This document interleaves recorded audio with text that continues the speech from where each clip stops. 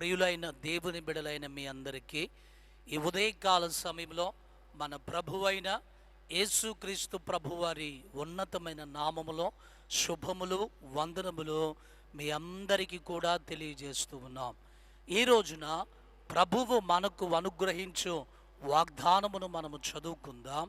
పరిశుద్ధ గ్రంథములో నుండి కీర్తనల గ్రంథము 10వ కీర్తన 17వ వచనమును మనము చదువుకుందాం. బాధపడు వారి కోరికను నీవు వినియున్నావు. ఈ ఉదయకాల సమయంలో ప్రభువు తన వాగ్దానము ద్వారా మనతో మాట్లాడుతూ ఉన్నాడు. ఎవరి కోరికను ఆయన వింటాడు అనంటే, ఎవరైతే బాధలలో ఉన్నారో, ఎవరైతే ఇబ్బందులలో ఉన్నారో, బాధపడేటువంటి వారి కోరికను వినియున్నాడు అని ప్రభువు లేఖనము మనకు తెలియజేస్తూ ఉంది. బాధపడే వారికి ఉండేటువంటి కోరికలు ఏంటి? చాలా విచిత్రంగా ఉంది కదా. బాధపడే వారికి ఏం కోరికలు ఉంటాయి అని మనం ఆలోచన చేస్తూ ఉన్నప్పుడు, ఎవరైతే బాధపడుతూ ఉంటారో ఆ బాధల నుండి వారు బయటకు రావాలి అని, ఆ బాధల నుండి వారు విముక్తిని పొందాలి అని, ఆ బాధల నుండి వారు విడిపించబడాలి అని కోరుకుంటూ ఉంటారు. అలా ఎవరైతే రకరకాలైనటువంటి బాధలతో బాధపడుతూ ఆ బాధల నుండి బయటపడాలి అని ఒక కోరికను కలిగి ఉంటారో, అలాంటి వారి ప్రార్థనలన్నీ కూడా ప్రభువు వారు ఆలకించి వారి కోరికలు వినేటువంటి ప్రభువు అయి ఉన్నాం. పరిశుద్ధ బైబిల్ గ్రంథంలో ఇశ్రాయేలీయుల గురించి మనం చదువుతూ ఉన్నప్పుడు, దేవుని ప్రజలైనటువంటి ఇశ్రాయేలీయులు ఐగుప్తు దేశంలో ఫరో అనే రాజు చేతి క్రింద భయంకరమైనటువంటి బానిసత్వములో వారు మ్రగ్గిపోతూ ఉన్నప్పుడు దేవుడు వారి బాధను చూశాడు. వారు హింసించబడతా ఉన్నప్పుడు ఆ హింసను ప్రభువారు చూశాడు, వారి కష్టమును ప్రభువారు చూశారు.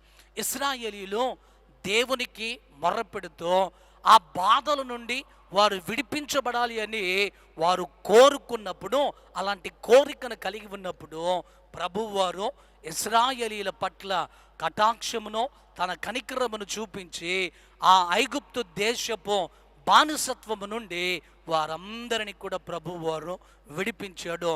ఈ రోజున ఎలాంటి బాధలో నీవు ఉన్నావో నాకు తెలియదు, కానీ నీ ప్రతి పరిస్థితిని ప్రభువారు గమనిస్తూ ఉన్నా. నీ కుటుంబంలో నీవు ఎదుర్కొంటున్నటువంటి సమస్యలను బట్టి బాధపడుతూ ఉన్నావా? అనారోగ్యమైనటువంటి సమస్య చేత నీవు బాధపడుతూ ఉన్నావా? ఆర్థికమైనటువంటి ఇబ్బందుల చేత నీవు బాధపడుతూ ఉన్నావా? నీ బిడ్డలను గురించి నీవు ఆలోచన చేస్తూ నీ బిడ్డల పట్ల నీవు బాధపడుతూ ఉన్నావా? నీ భర్తను గురించి, నీ భార్యను గురించి నీవు బాధపడుతూ ఉన్నావా? ఎలాంటి బాధను నీవు అనుభవిస్తూ ఉన్నావో నా ప్రభువుకి సమస్తము తెలుసు. నీకున్నటువంటి బాధలను నీ గుండెల్లోనే దిగమింగుకొని ఎవ్వరికి చెప్పుకోలేక కృంగిపోయినటువంటి పరిస్థితిలో ఒకవేళ నీవు ఉన్నావేమో, నీకున్నటువంటి బాధలను నీ స్నేహితులకు కానీ, నీ ఇరుగు పొరుగు వారికి కానీ, నీ కుటుంబ సభ్యులకు చెప్పుకుంటే ఒకవేళ వారు నిన్ను తక్కువగా చూస్తారు అని, నీకున్న బాధలను వారితో పంచుకుంటే వారు నిన్ను హేళనగా మాట్లాడతారేమోనని ఒకవేళ కుమిలిపోతూ ఉంటే, నీ స్నేహితుడైనటువంటి యేసు ప్రభు వారికి నీ బాధలన్నీ కూడా తెలుసు.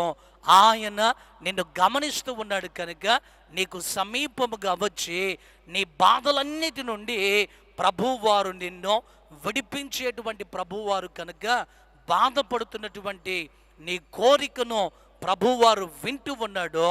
నీ ప్రతి బాధ నుండి ప్రభువు నీకు విడుదల కలుగజేసి విముక్తిని కలుగు చేసి ఆయన నీ పట్ల గొప్ప కార్యములు ఈ దినమున జరిగించునుగాక.